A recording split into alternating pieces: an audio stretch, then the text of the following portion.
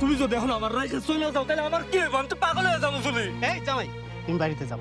আমি না কইছি আমার মাইয়া তোমার বাড়িতে থাকবো না? আল্লাহর দোহাই লাগে আব্বা, এমন কথা কইেন না।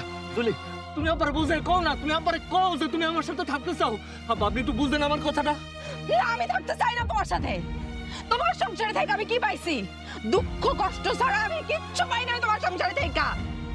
না পারছো সোনা গয়না দিতে, না পারছো সুখে শান্তিতে রাখতে, কিছুই তো পারো নাই। তোমার সংসারে থেকে কি আমি আমার জীবনটা নষ্ট করুম? না, আমি আমার বাপের বাড়ি চলে আসুন। আমি সেইখানে যাই অনেক ভালো থাকতে পারো।